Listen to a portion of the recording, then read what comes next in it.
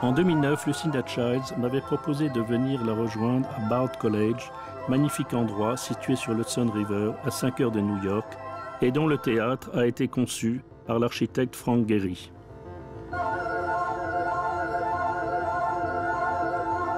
Elle avait décidé de remonter sa célèbre chorégraphie « Dance » avec de jeunes danseurs venus de différentes régions des États-Unis. Il s'agissait pour ma part de revenir au mystère de cette œuvre chorégraphique et musicale que je considère comme l'une des plus belles au monde. Dance, chorégraphie pour 11 danseurs, a été créée en 1979 par Lucinda Chlids, produit par le Festival d'automne et Michel Guy, ainsi que le Bureau d'Art Service. Accueilli lors de la première au Théâtre des Champs-Élysées par des applaudissements, mais aussi des sifflets, Dance est devenue au fil des années une œuvre majeure de l'histoire de la danse.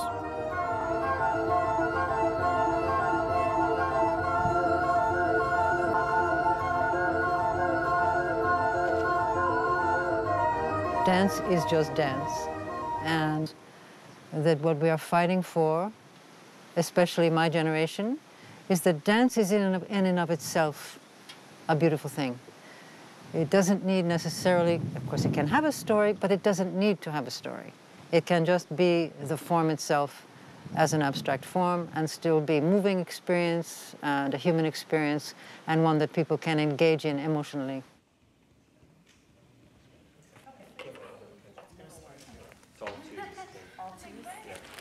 Okay, can we go?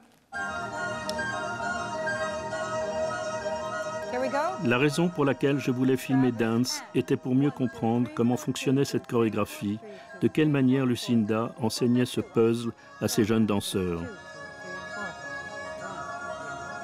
En observant attentivement les répétitions, je m'aperçus qu'elle indiquait seulement à ses interprètes une manière de compter plutôt qu'elle ne leur transmettait une technique.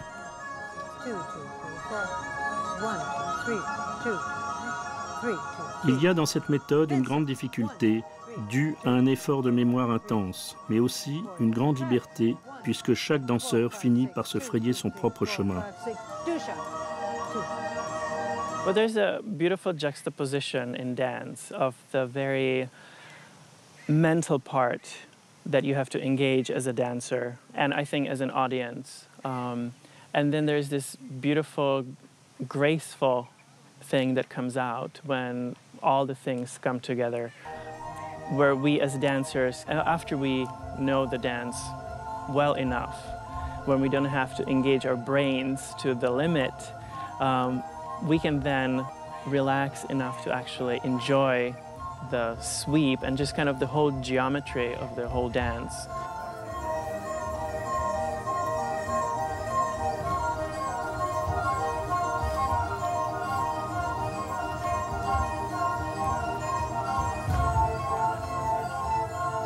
Comme de jeunes oiseaux, les danseurs apprennent à voler. Ils semblent tirer une grande fierté à maîtriser les séries de chiffres autour desquels s'ordonne la chorégraphie.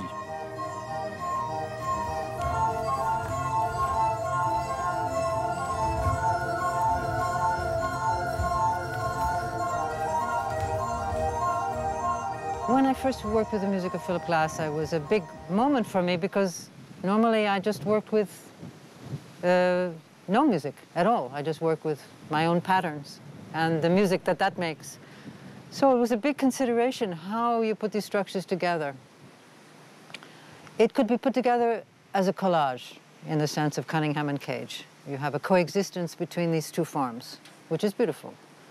But I didn't feel with Philip Glass music that was the proper approach. I could study the score, which I do very carefully, and make an illustration in the choreography of the structure of the music. And I think, well, I could do that, but maybe that's not so interesting. It's not necessary. That doesn't strike me as an idea. I could do something going against the music, which doesn't correspond to the music at all. And I thought, no, that would be really ridiculous. So somehow, what I try to find in dance is a balance.